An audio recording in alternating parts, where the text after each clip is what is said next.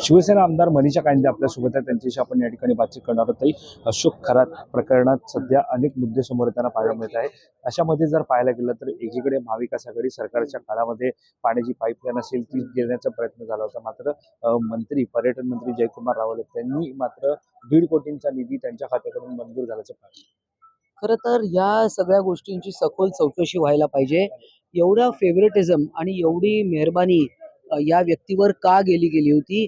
कोणाचे हितसंबंध होते? आणि महाविकास आघाडी सरकारच्या वेळी हे सगळं झालं. मग त्यांना आता ह्या सगळ्या गोष्टींवर बोलण्याचा कोणताही नैतिक अधिकार नाही आहे.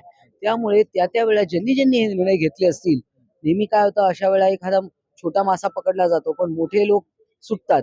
तर असं होऊ नये आणि यावर जे कोणी सगळ्याच बाबतीत, कारण आता इतक्या गोष्टी उघड होत आहेत की आता कोणाला पकडायचं आणि कोणाला सोडायचं असा विषय झालाय. परंतु हे सिस्टमॅटिकली मला वाटतं माननीय देवेंद्र फडणवीस यांनी अतिशय सिस्टमॅटिकली हे सगळं हँडल करतायत. आणि या खरात सारखे अजूनही खूप लोक आहेत महाराष्ट्रात, कारण हे असे प्रकार अनेक वेळा नाशिकमधून ऐकू येतात की हे सगळे भोंदू बाबा बायकांना फसवणारे, त्यांना कोणालाही सोडता कामा नये. फडणवीस सरकार होतं ताई, त्यावेळेला जवळपास 1.5 कोटींचा निधी जो आहे तो मान्य झालेला आहे, ज्याच्यामध्ये पाहायला गेलं तर जवळपास विविध ईशान्येश्वर मंदिर जे सिन्नरचे त्या ठिकाणी कामकाजासाठीच ती तरतूद आहे.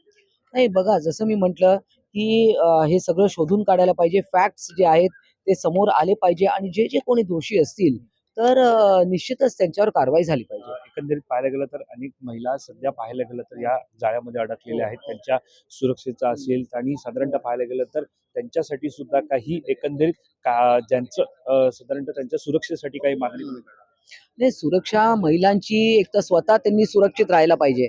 मुळात मी जसं म्हटलं की तुम्ही एवढ्या अगतिक का होता? मूलबाळ असेल, मुलगाच झाला पाहिजे, हेच झालं पाहिजे, मुलगा झाला आता मुलगी पाहिजे, मुलगी झाली आता मुलगा पाहिजे. ही अगतिकता महिलांची ज्या दिवशी त्या स्वतः संपवतील त्या दिवशी हे खऱ्या अर्थाने संपेल. शेवटचा प्रश्न, तुम्ही विधान परिषदेच्या सदस्य आहेत. काल उद्धव ठाकरे यांचा निरोप समारंभ झाला, त्यांचा खरं तर हे अधिवेशन शेवटचं. नाही, माहिती नाही आता त्यांचा शेवटचा दिवस आहे की पुन्हा त्यांचं पुनरागमन होतंय. परंतु अर्थातच त्यांना आम्ही सगळ्यांनी शुभेच्छा दिल्या त्यांच्या तब्येतीसाठी आणि त्यांना कौटुंबिक सौख्य अधिकाधिक लाभो यासाठी. नक्कीच ताई, धन्यवाद आमच्याशी बातचीत केली. Camera person Ajay sir, Patil, Mumbai.